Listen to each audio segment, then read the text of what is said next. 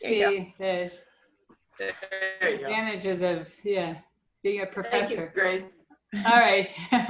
So here we go. So Glenn asked me to speak about immigrants and their fears, things that you all have been sort of seeing out there, people who seem or maybe you don't realize the types of fears that they are facing. But I mean, at some level, of course, we all do realize it because, of the media and everything. So anyway, I just wanted to give a little bit of background of what's going on, who we're talking about. Some of this might be pretty simplistic for you, but here we go. The first thing I wanted to mention is that there's so many different categories of immigrants. And a lot of times we just think of the poor Mexican immigrant who comes here seeking work. I'm going to call them the employment seekers. Of course, there are many other categories of employment seekers. For example, my husband came here as a student and then was hired by the University of Oregon to teach political science. That's a very typical type of employment seeker. And what I do want to mention later on too, because they're also quite under attack right now, that category.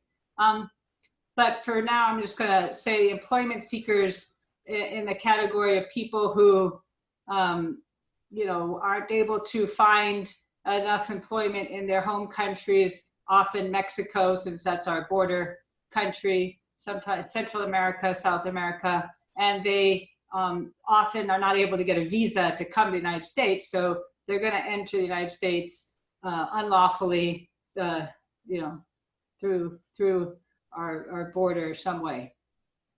Another group of immigrants that we've been hearing a lot about lately are asylum seekers. Now just briefly, there's students. There are a lot of people who overstay as students who are just here sort of traditionally in the woodworks, working as waiters all throughout Los Angeles, for example. People who come in as tourists, stay, temporary visitors. There's a whole category of people brought here to the United States as children, as you all know. There's been a lot of talk about that. I put a separate category because I want to talk a little bit about this, and that is people married to US citizens or legal permanent residents. And then separately, little known category is the diversity immigrants. And I'm not going to talk about that, but I just wanted to mention we do have this diversity lottery where about 50,000 people immigrate every year from different countries, and it's kind of completely randomly. All they need is to have a high school level education. They need to win the lottery, and in they come. And I'm not actually a very big fan of this program. It seems stupid to me. It seems like if you want to give out 50,000 visas, you should give them to people whose family members are patiently waiting for their loved ones to come be with them in the United States, and not just to a bunch of random people who, just because they're from some other country, add diversity to our population. But anyway, that's just my opinion on that matter. So just to, again, briefly talk about who are these employment benefit seekers. In my experience, this is actually really more anecdotal, I will say, because I didn't look up the statistics on it. But I do know that a large number of them are people who enter the United States unlawfully through Mexico. Generally, that's a group of young people. Often, I think the numbers are higher for men than women, just probably because of the dangers of coming across the border. And lately, it's just so much more dangerous that, amazingly, that women do come, to tell you the truth. I find them to be, that desperate and that brave, and with their children. And the horror stories that we've all heard, I just heard one yesterday where the woman was they were fleeing, violence and fear from Guatemala, and then they get to the border and the officers separate their 11-year-old daughter for, it was only 5 days, I guess, but still 5 days, you're in one prison and your 11-year-old daughter's alone in another. It's just so horrifying to me that we would do that to people.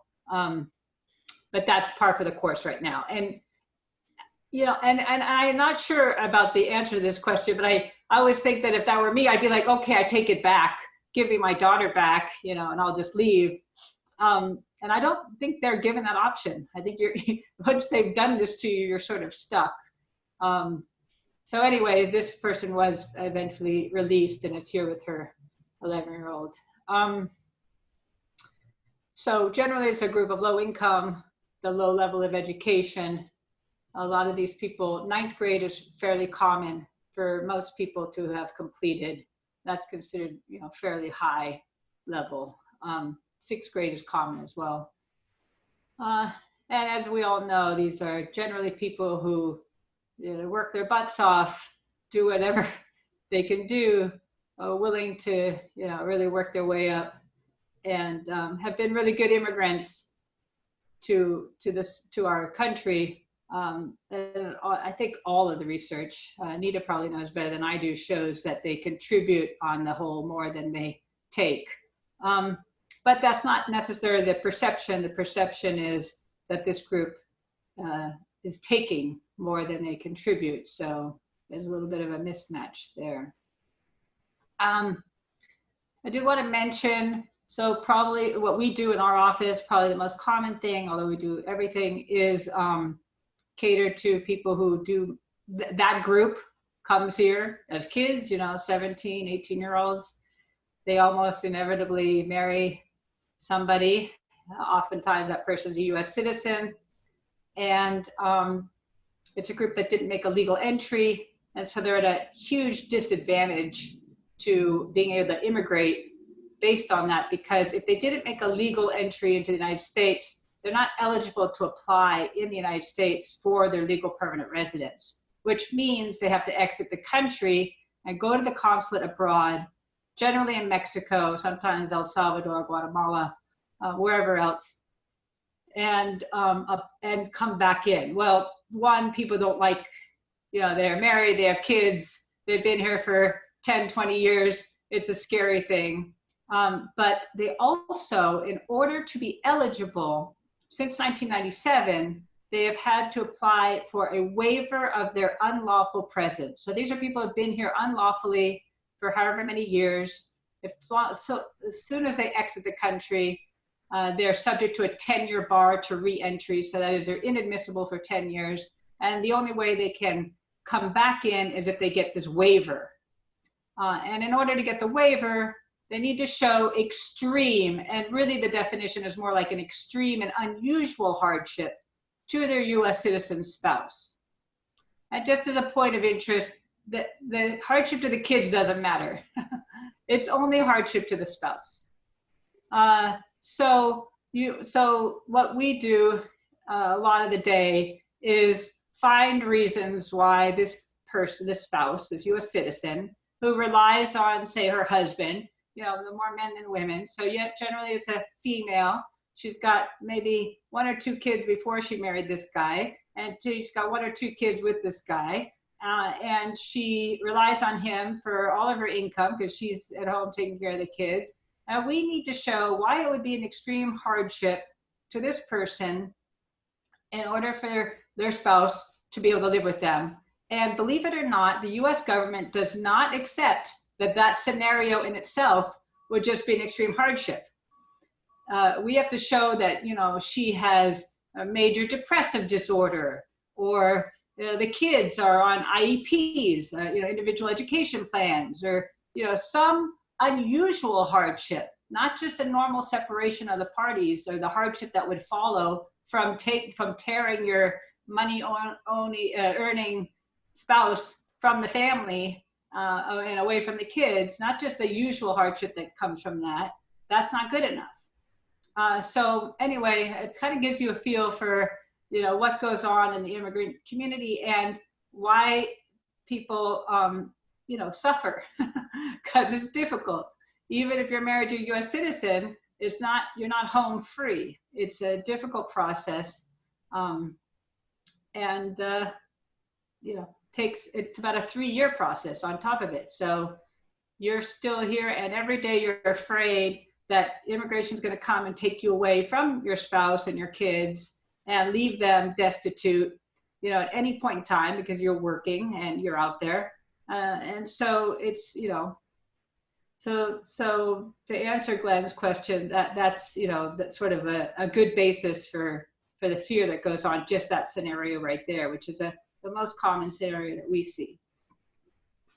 Just want to make a comment about, this idea about anchor babies, that people come and they have their U.S. citizen children and, then they have it made.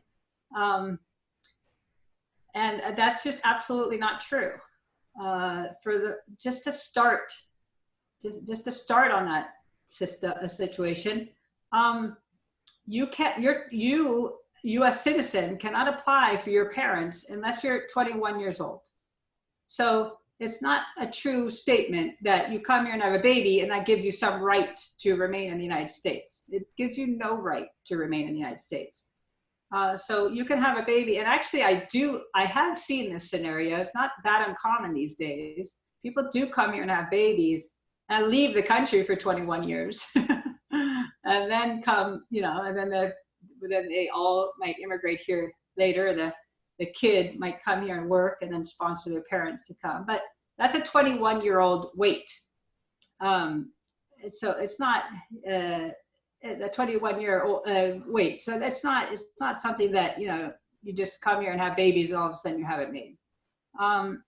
And those who come here unlawfully, like, the majority of people from Mexico, I'd say, maybe not the vast majority, but a large number,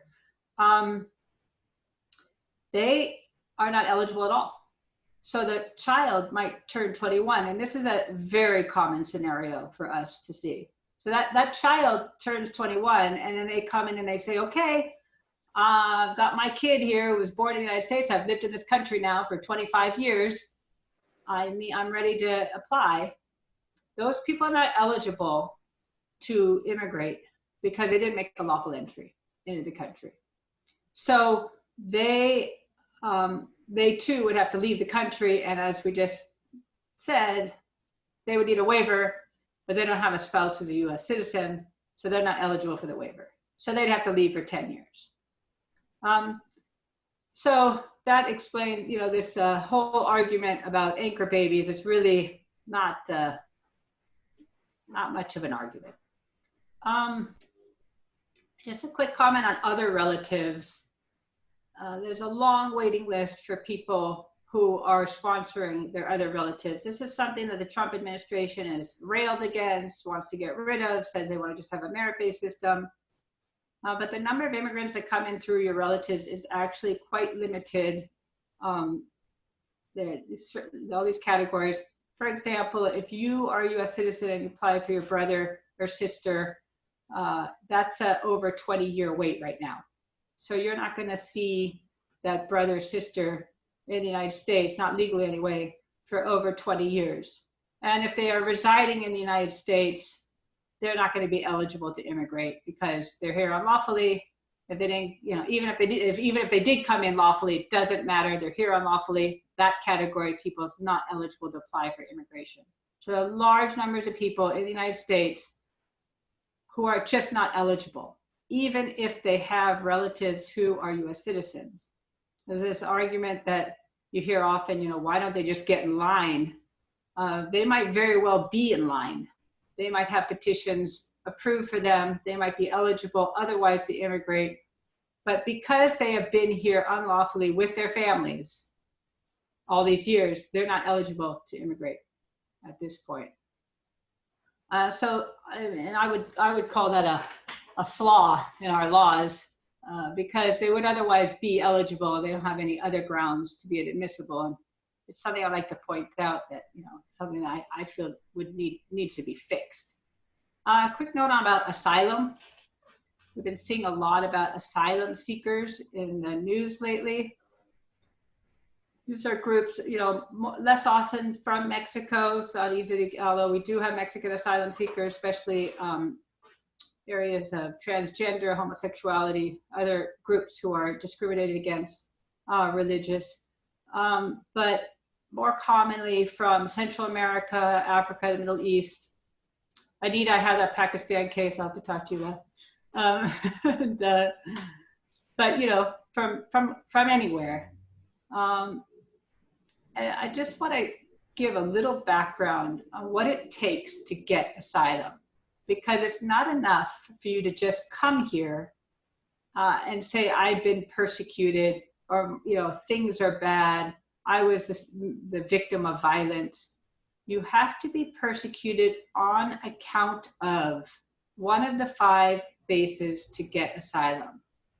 And that is, for example, your political opinion. So you have a specific political opinion the government doesn't agree with, and they therefore persecute you because of your nationality, your race, your religion, or, and here's the complicated one that we usually get, of course, and that is your membership in a specific social group. And the membership in a specific social group is the group that has been specifically targeted by the Trump administration as they're trying to say no longer valid. For example, in the past, we've been able to show that if you are the victim of extreme domestic violence by your husband, you might be a member of a social group of women who are victims of extreme domestic violence in Guatemala. That has been recognized in the past as a social group. It is no longer recognized. That has been overturned. So you cannot escape your fate at this point on that basis. No more cartel claims. If you are the victim of, you're specifically being targeted by cartels, that's no longer acceptable under the new rules under the Trump administration. There are now movements to take away any claims about sexual identity, sexual orientation. We've won many transgender cases, which are so important because people have been so horrifically violated in their home countries and are potentially you would be murdered if they had to return there. And that's, those are all under attack now. Other things, female genital mutilation's always been a basis for a claim. Property ownership, no longer. And then the Chinese one-child policy. That's not something I've dealt with a lot, but it is something that has been a claim in the past, which I believe is now no longer a basis for claim. And so to get back to our fear theory or message, let me just say that people who are fleeing their countries of origin because they have experienced persecution for any of these reasons are often people who have major PTSD, are very fearful, cannot trust government authorities or anybody, are not used to having people be kind and helpful to them without them being horribly abused. And, you know, it's really quite an interesting world out there, let me just say. It's painful. Quick word, students also heavily under attack right now. I don't know if you're seeing them with the food boxes, but they're not, they're trying to take away the visas, although that has now been enjoyed. Oh, I guess the Trump administration went back on their last declaration, but it's very hard to get a student visa. But I just want to point out to, you know, the business community amongst this group that in the past, we have brought in students, especially at the graduate level. My husband is a great example. They gave him, you know, Norway gave him 25 years of free education that we didn't have to pay for. And he's a lot better educated than any of the rest of us. You know, he got a really good education. And then I guess UCLA paid for his graduate school. So the American government then put some money into educating him too. And if we didn't let him stay and give him a visa, which is what we're doing to people now, we're saying, no, we don't want you here, we would have lost all that investment. And he would have gone to New Zealand or Australia or other places where people are going. Most people are leaving to now. And so we're losing all of this free money. And it's just, financially a mistake on our part, in my opinion. So back to, why are these immigrants fearful? Just a few more points that I wanted to bring out for you to know. And Glenn, I didn't time this talk. I just threw it together last week when you called me. So if I'm going on for too long, you should let me know. Raquel, I will have you back sometime, but I'm having problems. My internet is in and out, so I've missed half of your talk anyway. Oh, I'm sorry to hear that. Well, hopefully you could read my notes here on this thing. Anyway, I just wanted to give you guys a little bit of an idea of, what we see. Recorded. It's being recorded though. Oh, okay, good. Good. Know that. Good. Well, and let me know if I'm rambling on for too long. I'm pretty much done here anyway. But, the other thing that freaks out immigrants is on and on the media, it's just every day news about, you're not going to be allowed to let your kids get the Oregon Health Plan. If you take any benefits of any kind, if WIC come by and gives you any milk, you're never going to be eligible to immigrate. If you ever take any public benefits, and even if you're married to a U.S. citizen, under the new rules, you'll not be eligible. And so, our office is inundated by phone calls.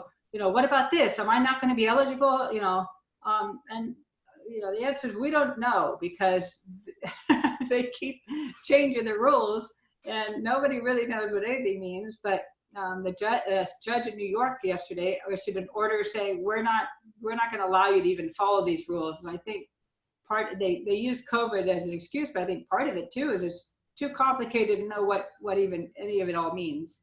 The other thing is that ICE in Eugene is completely out of control. Heather knows this. We've been working with them, and I have a number of people right now who have the ankle bracelets on their ankles. These are asylum seekers who are recent arrivals, and the bracelets are so uncomfortable. They literally can't work. Not that they might not have work permission, so you didn't hear that from me. But they have swollen ankles, and apparently they now have a larger battery that's even more uncomfortable. We've been calling ICE to ask if they can adjust it. They say, well, there's nobody in the office. We can't help you with that. It's as though these are not people who deserve humane treatment. And it's very scary, and it's very reminiscent of other eras in our history that make one pause, So,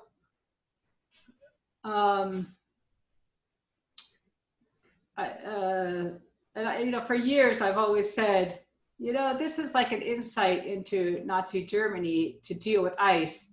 And I sort of said that lightly because I didn't like to make the comparison.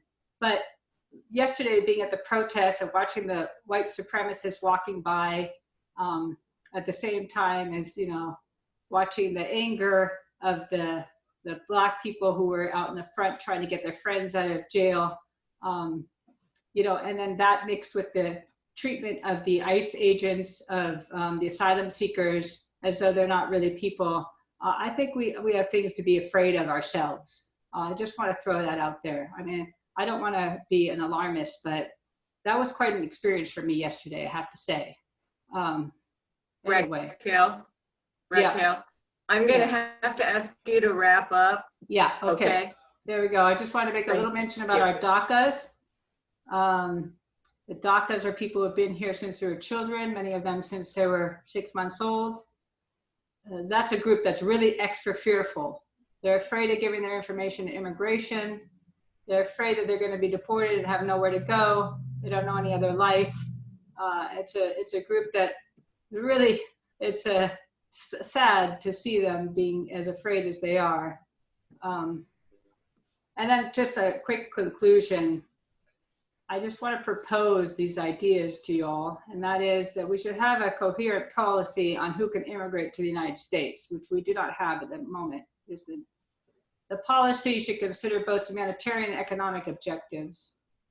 And here's me and my not liberal views, and that is that I think we should make it impossible for those, or very close to impossible, for those who do not qualify. That is, once we have a policy in place, once we have made decisions, once we have given green cards to all the people who we as a country have decided deserve these green, this status, we cannot continue a policy where we create a class of second-class citizens who live in fear and don't have rights.